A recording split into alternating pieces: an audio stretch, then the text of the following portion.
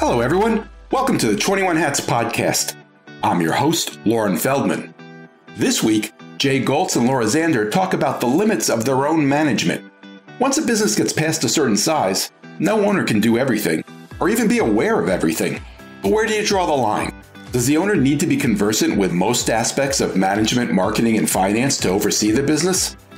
This came up in part because Jay told us recently that his framing shops routinely ask customers how they learned of the business, and that a recent review indicated that his social media efforts were not having an impact.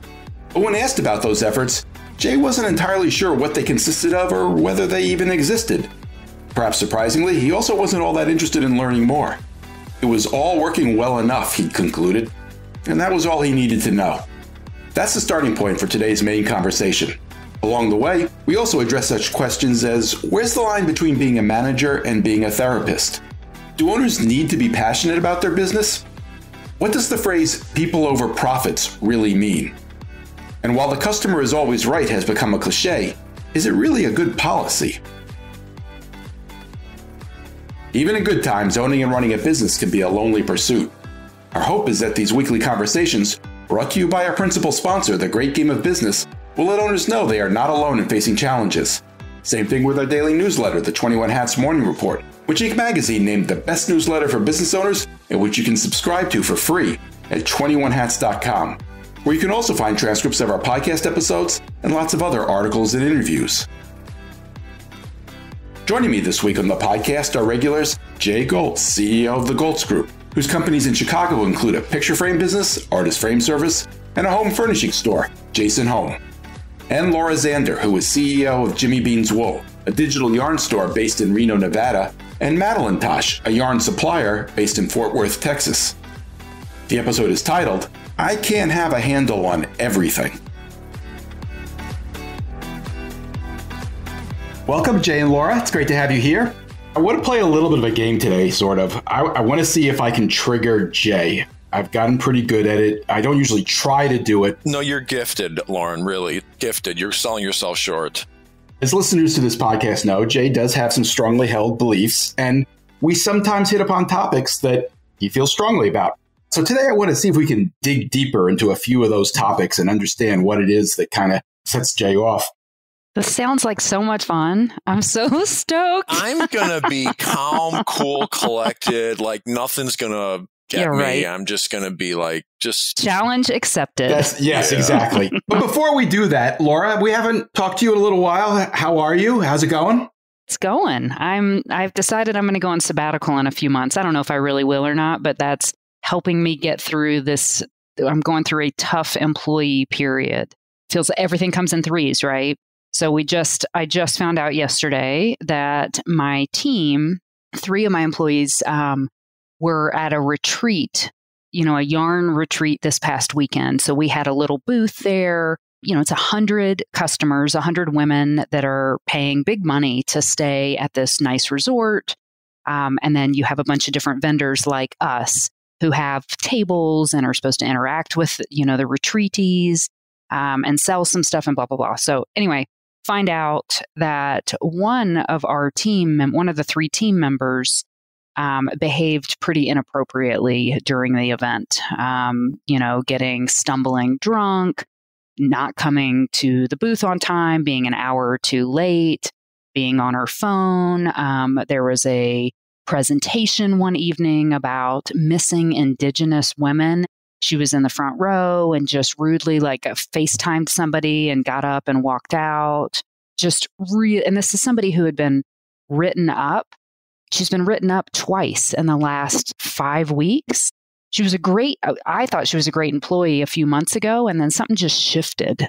Something changed about 6 or 8 weeks ago. And she's been coming to work late, been leaving early, she's on salary, hasn't been putting in her 40 hours, making tons of mistakes. So that was our fun. That was yesterday.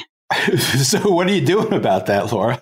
We're going to let her go. Right before this podcast, the leadership team, we all sat and talked together. I mean, we've worked so hard to Wait. You keep going, we. Who's your manager? It's not you, I assume. No, it's not. So what's her manager have to say? If she's with her all day long, she knows better than you do because you're not there all the time. What does the manager got to say about all this? that we should let her go. I mean, she's the one. Yeah. I mean, we're all in agreement. She's the one who's written her up. The last couple times we've had a couple different verbal conversations. So her work has just gone downhill and it doesn't seem to be getting better even after multiple conversations. Did she have any explanation? No. And we haven't even talked to her about the drinking or at the event, her manager talked to her about the phone usage and it didn't change. There's always a thin line between being a therapist and being the manager. And I'm not saying you shouldn't go out of your way for employees and try to be supportive, but there is a line to where that's just not our job. And they need to, and this sounds like you made a good faith effort to try to fix it enough. Yeah. There is such a thing as enough, because the next level you start doing it, you are their therapist. And now all of a sudden, you find out things that you wish you wouldn't have known. And now all of a sudden you have a legal responsibility to see. And it's like, it sounds like you're in the right place. Yeah. So you said things come in threes. This is one. All right. That's a stupid phrase. So let's not even go there. Things don't necessarily come in threes. Sometimes they come in ones. Sometimes they come in fours. But sometimes they do come in threes. All right. In her case, it sounds like it happened to fit. Okay. Go ahead. Tell us your 2 and 3 now. So that was that. And then, we received $65,000 worth of materials from our supplier in South Africa, and it's bad material. So I'm yesterday started going through all the data, reporting back to the mill, trying to come up with a solution. Like, what are we going to do with this bad inventory? How do we send it back? Can we salvage it? Blah, blah, blah. And then the third thing yesterday that came to a head was, so our bank. So we have been with US Bank for, 15 years, something like that. They have, the couple of guys that have managed our account here in town are phenomenal. Nicest guys ever, bend over backwards, super responsive anytime we have a problem or a question.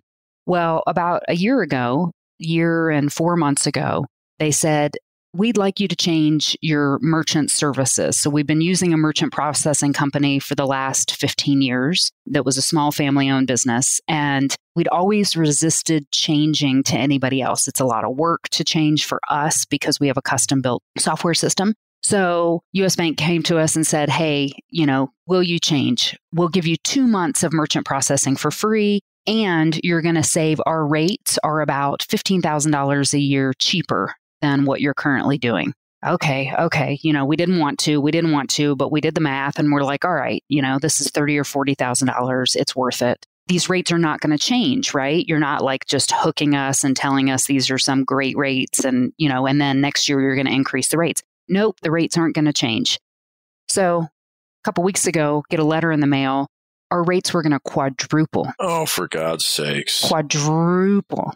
So I go back to him and I say, hey, this sucks. Here's the email chain of where I asked if the rates were going to change and you told us no. And it was a different guy. Like the merchant services guy was like a different sales guy than the people we normally work with. And now he's not there anymore and he's somewhere else. And so they say, yeah, sorry. Let's see what we can do. So we have multiple conversations. Well, they came back and they're like, the best we can do is doubling your rates instead of quadrupling. Wow. So we're just like, seriously. So I sent a note yesterday and talked to them and was just like, all right, we're leaving the bank. Like, this is enough. There have been a bunch of I pay some of our vendors through auto pay mechanisms through the bank, and they've failed multiple times over the last couple months. They don't have an answer for why, like their software is failing or their technology is failing. We just had an overdraft 2 days ago because our automatic transfer didn't happen because they've changed something in the software. And so that caused, an overdraft. And anyway, so we just said, we've completely lost trust. So there's my third. Okay. So let me just give you some feedback from my perspective. Unsolicited advice? No, it is solicited. You're asking me. Okay. One is I've never used the processor that the bank uses because they're two different things. And just because it's good for the bank doesn't mean it's good for me. So I've always had it separate. So that's one. Two is, from my experience, these gigantic banks couldn't care less about you, me, or any other small business. And I'm not surprised that it fell apart because I've just found that you're like beyond insignificant to them. No one's waking up going, oh my God, Laura's changing bank. So it just seemed like a matter of time before that reared its ugly head. So none of this surprises me. No, it doesn't. I think what surprised me was how long they were so great, and how helpful they have been in the past with our mortgage, with the SBA loan. I mean, they bent over backwards to make that happen, when it came to the PPP and all that stuff. So they have been phenomenal, which I think is probably the exception. Yeah, no, it's unfortunate. Laura, do you know what you're going to do for a bank and for merchant services? Merchant services, we're going to crawl back to the company that we had been with for almost 20 years before this. I mean, we were loyal. Okay, let's not say crawl back. They're going to be happy to have you. Sure. It's not like you're going to have to beg them. They're going to be happy to have you back. Yes. Well, we will go back. And then I don't know about BankWise. Doug will take care of that and he'll figure that out. Jay, you have another bank story going right now. Could you give us a quick version of what you're going through? The big bank took over my local Chicago bank and knew there might be a problem down the road. All of a sudden, in December, I still am writing checks. I'm going to electronic, but at the moment we were writing checks. And we find out that 40 checks that we took to the post office were stolen. And all of a sudden, they started coming back to the bank. And this is the amazing part.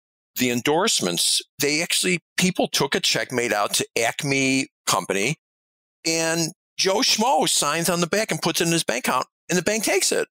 And then the bank sends it to my bank, and they pay it, even though the name on the back isn't signed by Acme Company. It's signed by Joe Schmo. They pay the person. So we immediately shut off the account. And they say, okay, you're going to have to send us now affidavits from every one of these vendors. They've got to send you a signature saying we never received the check, and it needs to be notarized. Okay, so this is the part you wouldn't know. You'd like to think that your vendors would feel bad and go out of their way to help you out. Okay, well, that was the case in 20, some of them. But 10 of them, it's like pulling teeth. Could you just sign a piece? Oh, I'm not comfortable doing that. Seriously? I've been a customer for 25 years, right? So I've gotten 39 of them done. I'm still trying to get one of them to sign the stupid piece of paper that simply says we never got the check.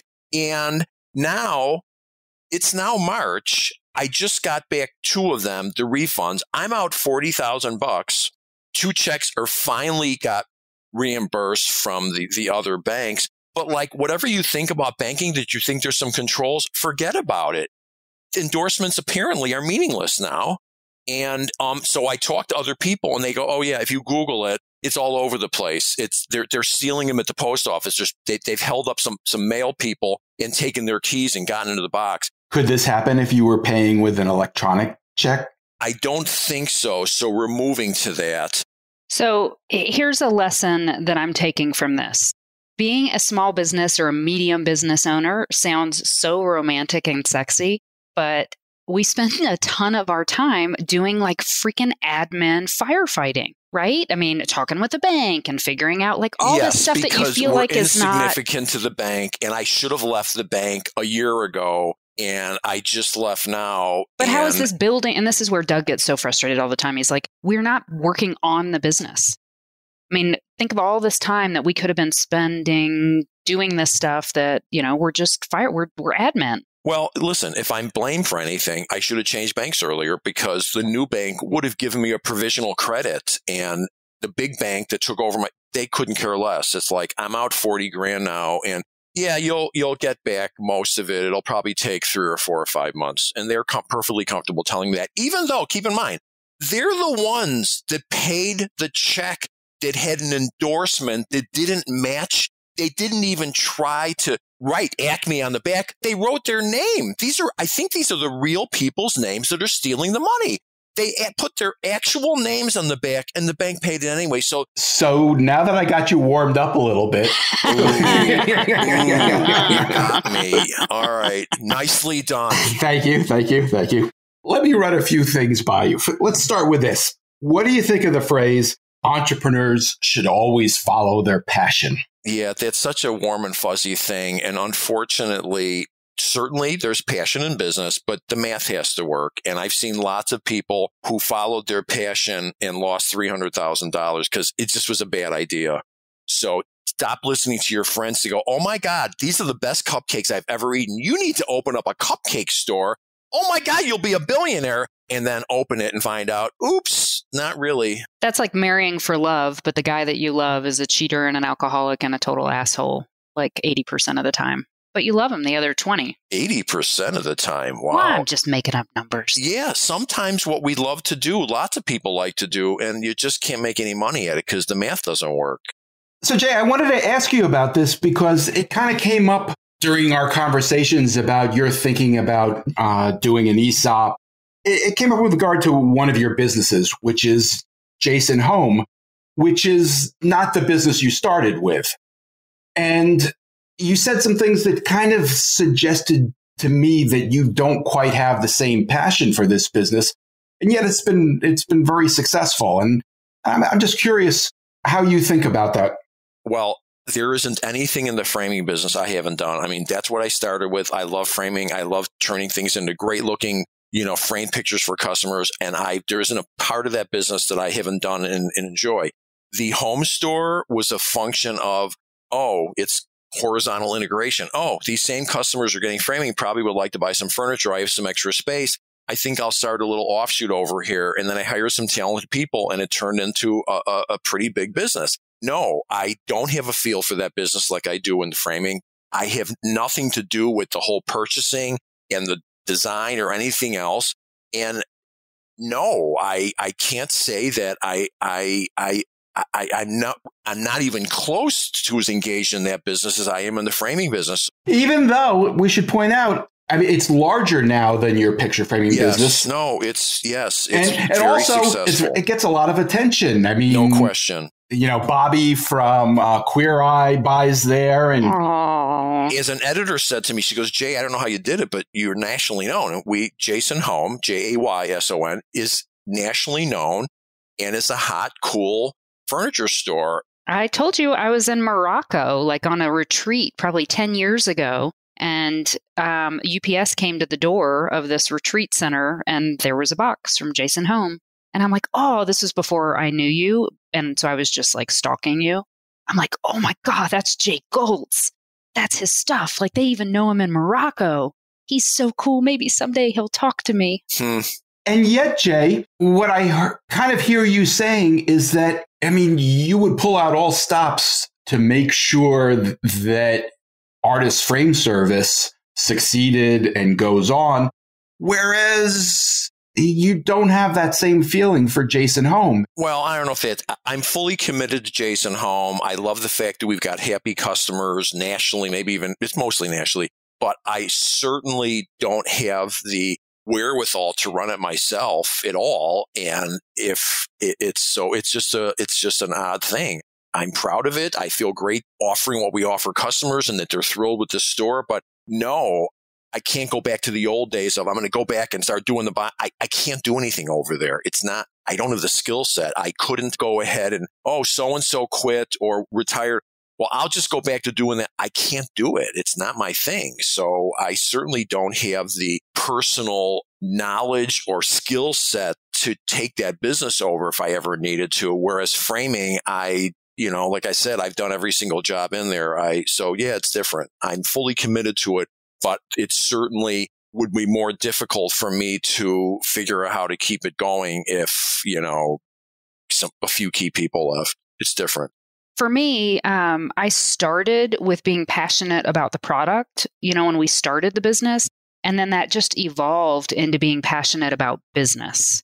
And or being passionate about my team. I mean, it wasn't so much what I was originally passionate about. I found that I love building the business. I love growing the business. I love exploring. I love taking on new things. That's interesting you say that because in my case, I am extremely passionate about the people that work at Jason Home, about supporting them, about helping and being involved with making customers. So I am passionate about the business side of it. I just do not have the same skill set with the actual product and what we sell. Jay, I think you're comfortable talking about this. tell me if you're not, but the person whose vision this really was left a year or so ago, I think. Yes. And, for you, that was, I think, a little bit of a crossroads. I would call it evolution. She was here, at 29 years, and she decided it was time to move on to something else. And I have an infrastructure that was very strong there. So it was okay. Here's what I've learned.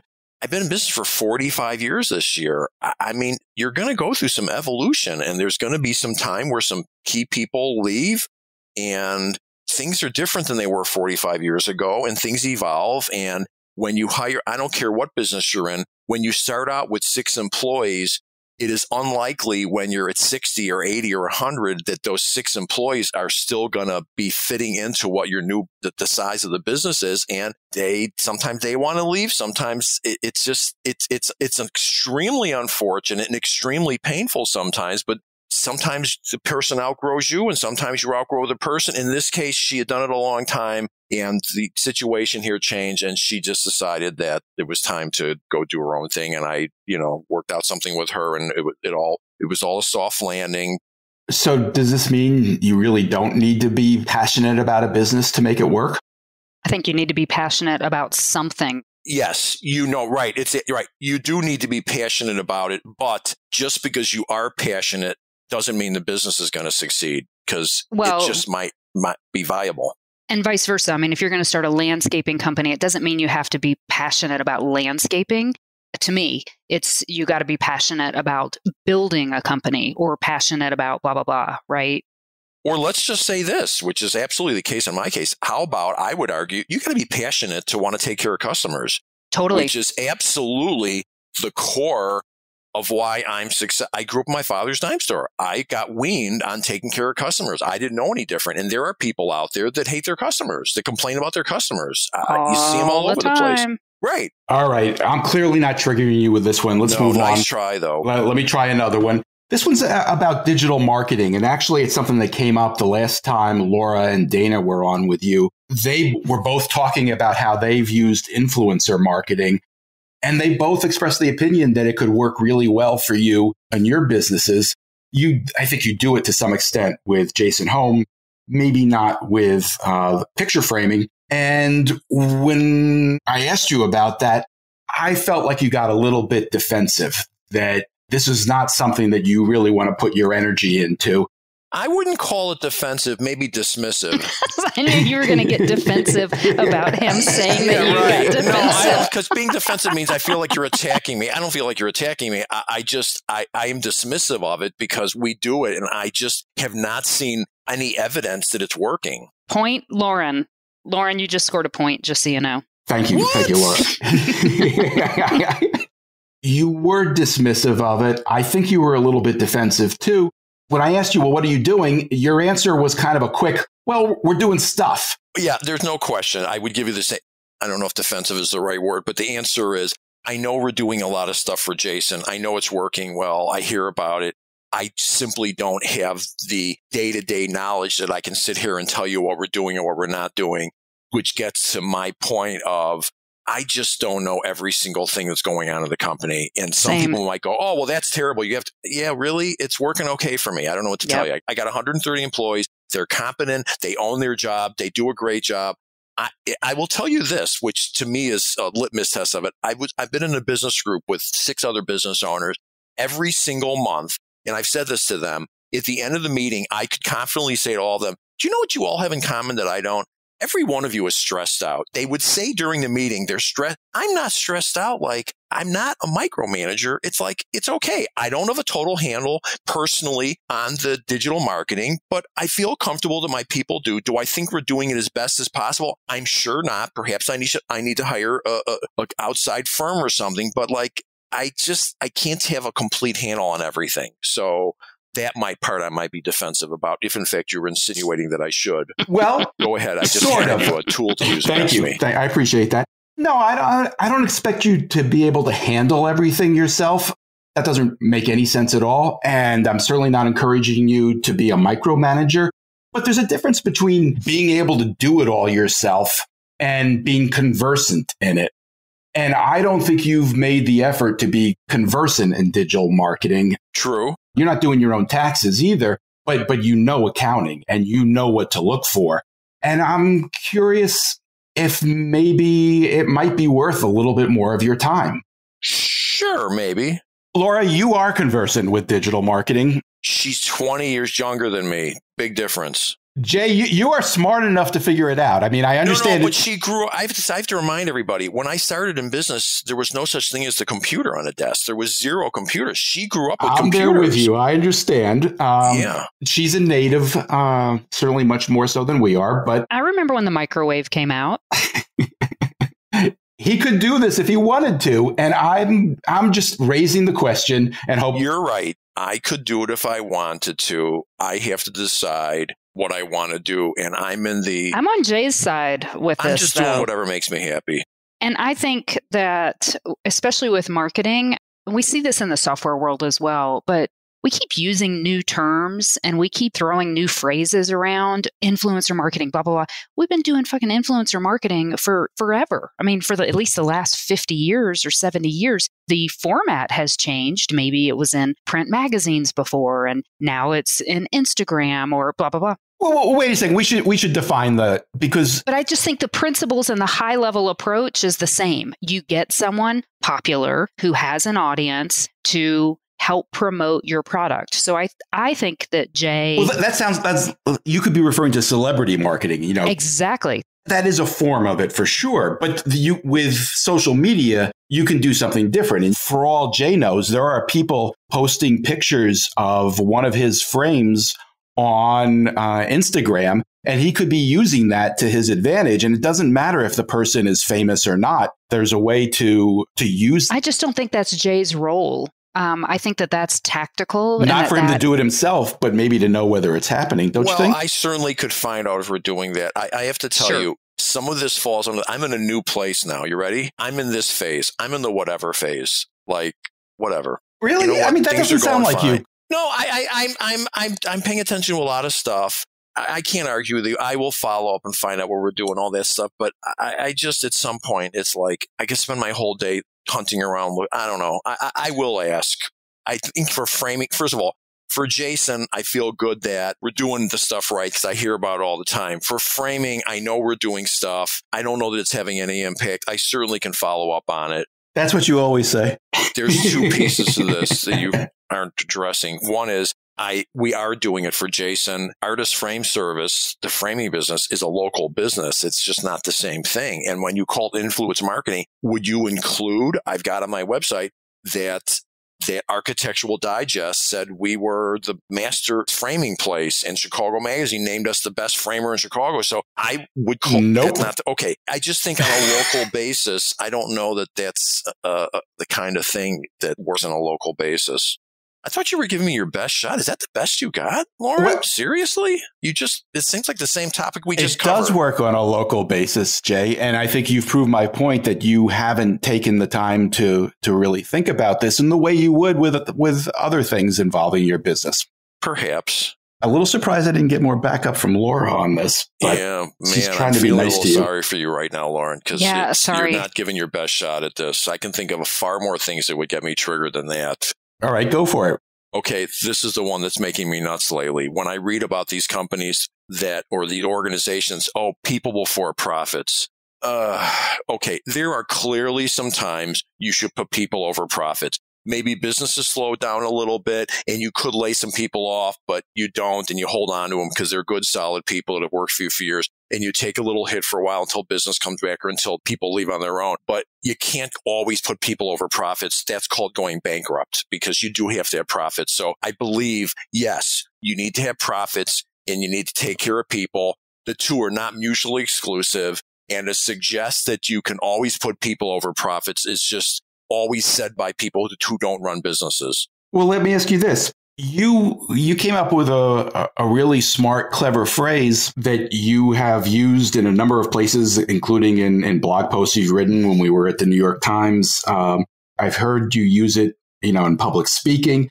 That phrase is, it's not the income, it's the outcome. Doesn't that mean something very similar? There's an overlap. That simply means that I'm not suggesting that you shouldn't have income. That's part of the outcome. I'm suggesting that all you have to do is read any magazine article with some of these super successful, quote unquote, people, and their personal lives are a mess. Their kids don't talk to them. They're suing each other. The kids suing the parents. But they're usually not talking about people over profits.